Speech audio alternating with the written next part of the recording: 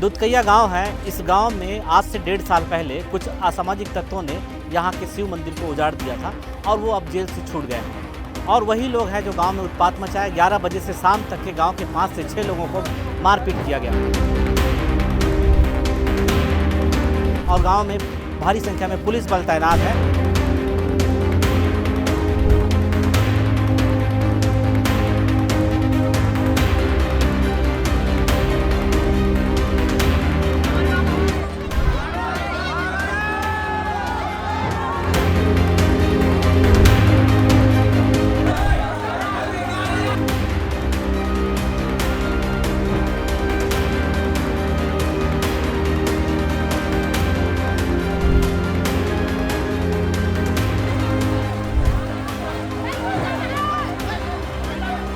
समझाइश के बाद भी मान नहीं रहे थे, बल्कि पथराव किया जा रहा था, जिससे कई जवान भी घायल हो गए हैं। दुधकैया गांव है। इस गांव में आज से 1.5 साल पहले कुछ असामाजिक तत्वों ने यहां के शिव मंदिर को उजाड़ दिया था और वो अब जेल से छूट गए हैं।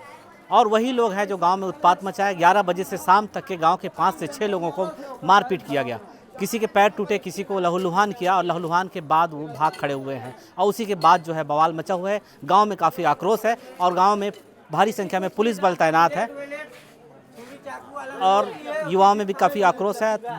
आला अधिकारी यहाँ पहुँचे हुए हैं। गांव के किसी तरह से माहौल को नियंत्रित करने की कोशिश कर रहे हैं, लेकिन नियंत्रण नहीं हो पा रहा है। कोशिश की जा रही है कि किसी तरह हालात सुधार आ जाए, लेकिन ऐसा हालात अभी बिगड़ते ही हालात बनते दिख नहीं रहे हैं। बिगड़े हुए हालात में क्या हो सकता है आने वाला समय ही बताएगा। देखिए, शांति से बातचीत करने की पुलिस ने पूरी कोशिश की, लेकिन बात नहीं बनने के बाद अंततः इस तरह से फोर्स जो है पूरी मोर्चे के मूड में आ गई है। अभी पूरे बल जो है तैनात है और जो उपद्रवी हैं उनको चिन्हांकित करने की कोशिश की जा रही है। उन्हें किसी तरीके से उनके घर में ही नज़रबंद कर दिया जाए, ये पूरी कोशिश हो रही है। क्योंकि समझाइश के बाद भी मान नहीं रहे थे, बल्कि पथराव किया जा रहा था, जिससे कई जवान भी घायल हो गए हैं।